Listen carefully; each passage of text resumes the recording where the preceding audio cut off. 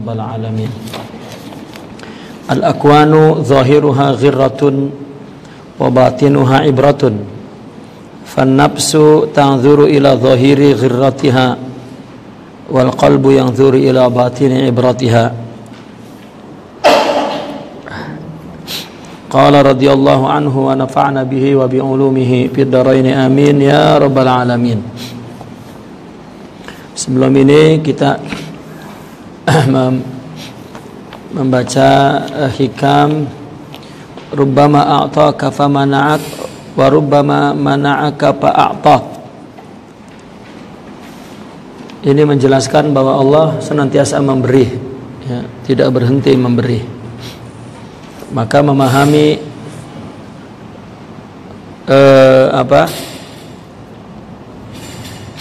orang sufi memahami memberi dapat dan tidak dapat, ya, sebetulnya bukan tidak diberi. Kita memandang Allah ada memberi, ada tidak memberi, ya, padahal semuanya memberi. Maka cara memahaminya, orang sufi mengatakan dalam hikmahnya rubbama a'taka fa mana'ak wa rubbama mana'aka fa a'tak. Boleh jadi Allah memberimu padahal tidak memberi. Memberi dunia dan kelezatannya, tetapi ya Allah tidak memberi taufik pertolongan untuk taat. Tidak memberi kita untuk menghadap jiwa kita kepada Allah karena terhalang oleh pemberian dunia, atau Allah tidak memberi kita memahami tentang Allah, ya. Jadi kelihatannya memberi padahal tidak memberi. Dan juga warubbama mana'aka fa'atak. Ini yang bulan lepas, ya. Boleh jadi Allah tidak memberi, tidak memberi dunia, tidak memberi kelezatannya. Fa'atak, ya. Maka Allah memberi, ya, Allah mencegahmu mendapatkan syahwat dan kelezatan dan mendapatkan sesuatu dengan disertai keburukan. Maka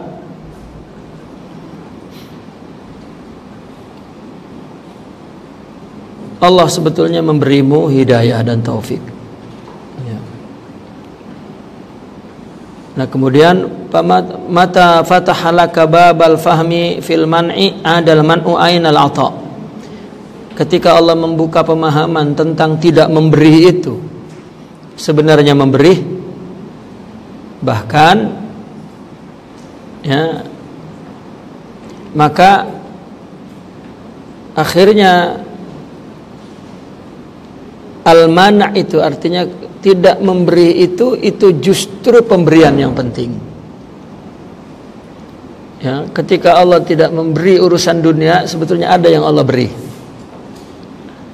itu. Namun kita memandang bahwa hidup ini apa yang kita nak kena tercapai, ya. Padahal untuk memahami Allah bahwa semua dari Allah, Allah perlu tidak memberi dan memberi. Maka justru Allah beri pemahaman, Allah beri kesedaran selalu ada di ketika tidak memberi, begitu.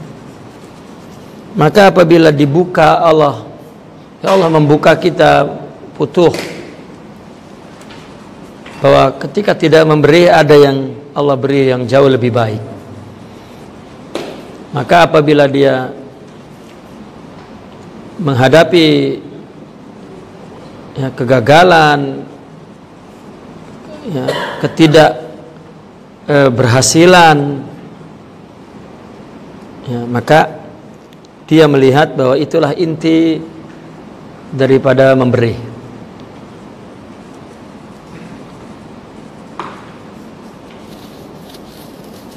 Karena yang namanya sukses itu bukan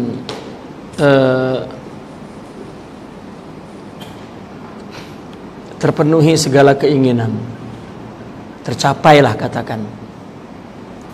Ketika orang telah mencapai cita-cita itu sebetulnya permulaan kegagalan. Kesuksesan itu adalah ketika dia melepasi halangan demi halangan, tantangan demi tantangan, ya, dia lepasi satu persatu, itu dia tengah sukses. Nah, apabila dia mencapai, nah berarti itu permulaan kegagalan. Karena secara logiknya orang yang sukses adalah orang yang telah menaik ke bukit. Apabila sudah sampai di atas, maka permulaan turun.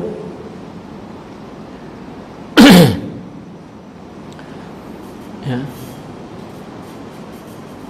Orang semua merasa sukses karena dia melepasi kegagalan demi kegagalan. Kalau tidak ada kegagalan, dia tidak pernah merasa sukses. Nah maka ketika dia gagal, artinya Allah tidak memberi. Disitulah pemberian yang sebenarnya. Ya, itu yang kita lepasi. Kemudian Imam Ibn Athaillah berkata, al-akwanu zahiruha ghirratun. Alam semesta ini, ya, harta, tahta, itu kan alam semesta namanya. Di mana alam ini memiliki bagian untuk nafsu, memiliki makanan, sesuatu yang menjadi keinginan nafsu, katakan begitu. Ya, karena hiasan dunia, ya, inilah alam semesta. Zahirnya ghirrah. Ghirrah itu tipuan, ya, tipu daya. Karena dilihat dari zahirnya indah. Zahiruha ghirrah. Ya. Wa batinuha, sebetulnya di dalamnya, arti di dalamnya ini hikmahnya, tujuannya Allah beri dunia ini, Allah beri benda yang menjadi bagian dari nafsu. Ya, kan keperluan fisik, ya, keperluan biologis, keperluan material, ini kan namanya kaun, dunia. Ya. Apa yang diperlukan oleh fisik ini, orang tasawuf ini jika bicara begini bukan sedang mereka menjauhkan, membuang, bukan. Ya. Karena tujuan tasawuf adalah bagaimana agar jiwa itu mengalahkan, ya, materi, ya, mengalahkan dunia, itu saja, ya, membawahi, gitu. Seperti, makanya mereka mengumpamakannya seperti kendaraan. Dia menunggangi dunia, bukan dia ditunggangi dunia, itu tujuannya. Ya. Artinya bahwa dia hidup dengan rohaninya, sebetulnya begitu. Ya, yang sebetulnya lagi, dia hidup dengan rohaninya, karena rohani ini tidak punya bagian daripada dunia ini. Rohani ini makanannya, katakan, bukan dunia ini. Gitu. Apabila dia memiliki kerohanian, sifat-sifat kerohanian, asma-asma ilahiyah, akhlak-akhlak karimah atau anwar Muhammadiyah, apabila memiliki ini, maka pastinya dia, ya, mengalahkan segala apa yang Allah tentukan dalam dunia ini, ya, tidak menjadi hijab dia kepada Allah, tidak menjadi tujuan. Itu saja sebetulnya. Namun dia mencoba memberikan nasihat-nasihat, ya, pandangan-pandangan, ya, mutiara-mutiara. maka batinnya adalah ibrah. Arti ibrah, justru dunia ini menjadi sebab munculnya pelajaran, ya. Karena dunia inilah yang dijadikan oleh Allah bentuk ta'rif, bentuk definisi tentang Tuhan. Jadi kita membacanya mesti dengan batin. Jika tidak membacanya dengan batin, maka justru ciptaan itulah yang menghalang kita dari Allah, bukan membaca kehendak, iradah yang ada dalam ilmu Allah melalui dunia ini. Itu. Jadi dijauhi itu adalah dijauhi daripada tujuan, motif, ya, atau berdiri sendiri, menghalangi Tuhan. Nah, itu maksudnya jauhi daripada konsep, pemahaman, pandangan itu. Ya.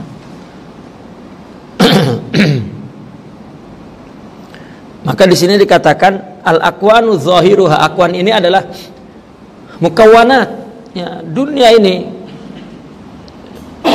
di mana dia menjadi objek atau keinginan atau bagian atau makanan nafsu. Nafsu ini sifat basyariah, mata, telinga, perut, ya, kemaluan,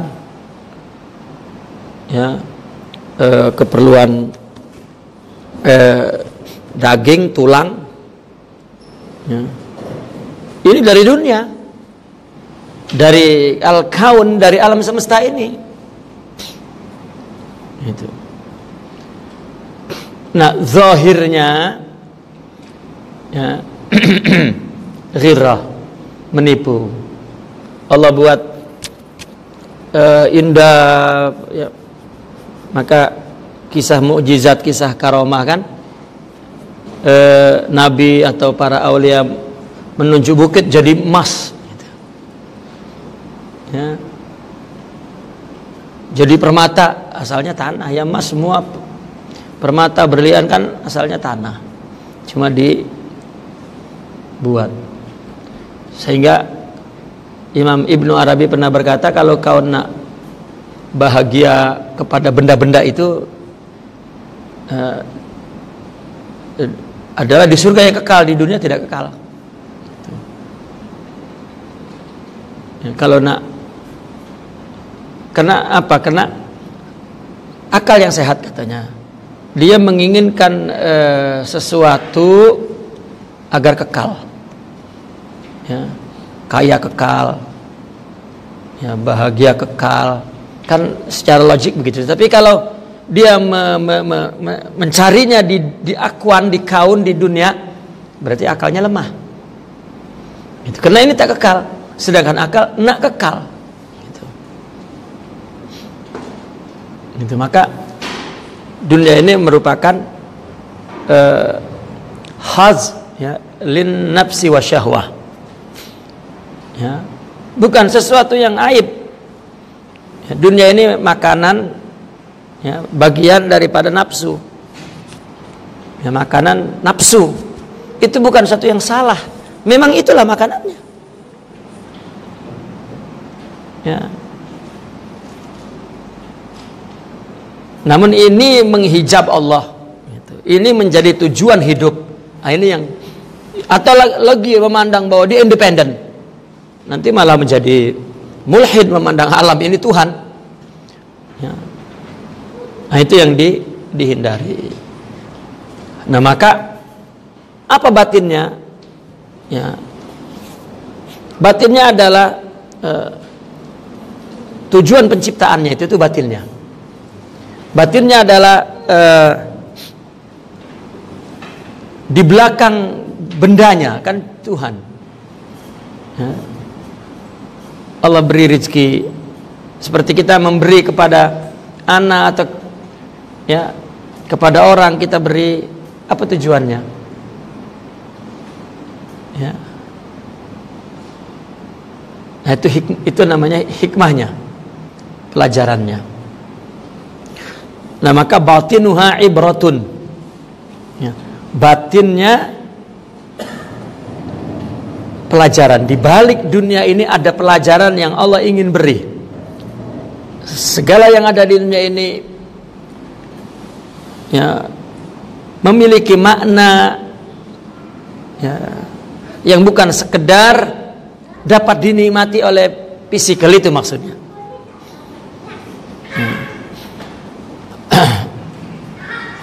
Nah, karena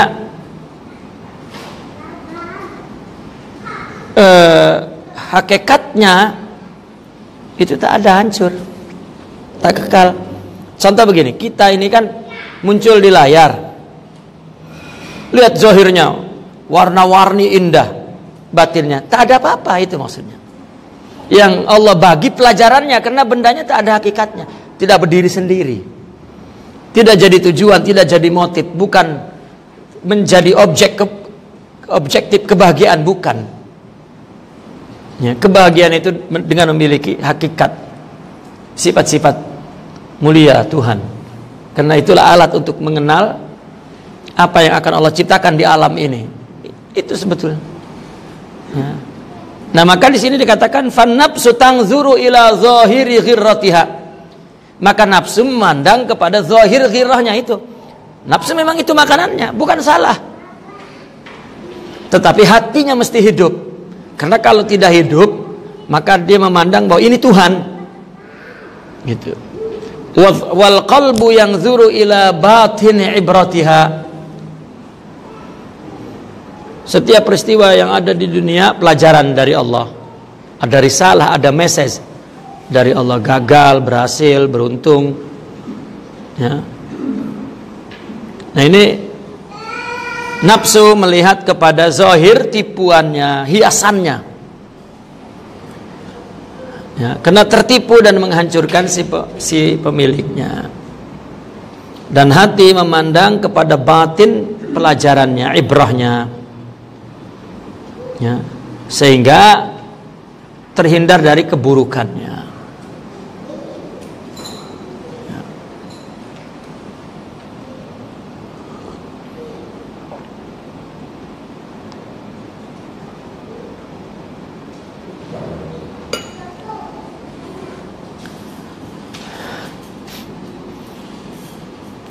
Jadi yang diterangkan seolah-olah dunia ya, kenal logik seperti juga qul a'udzu birabbil falaq min syarri ma khalaq, dari keburukan apa yang engkau ciptakan. Keburukan apa yang engkau ciptakan. Jadi ada ciptaan buruk. Ya. Gitu. Kenapa? Karena kita ada nafsu buruk. Itu sebab nafsu melihat itu. Coba ketika ada ruhani, maka dia memandang baik. Karena memandang hakikatnya. Kenapa Allah menciptakan iblis misalnya? Kenapa Allah menciptakan nafsu? Kenapa Allah menciptakan harta, tahta, Toyota misalnya, senjata ini? Apa? Gitu. Kalau semata dia hanya untuk keperluan, memenuhi keperluan fisik, maka itu hayawan dan itu bukan misi manusia. Ya.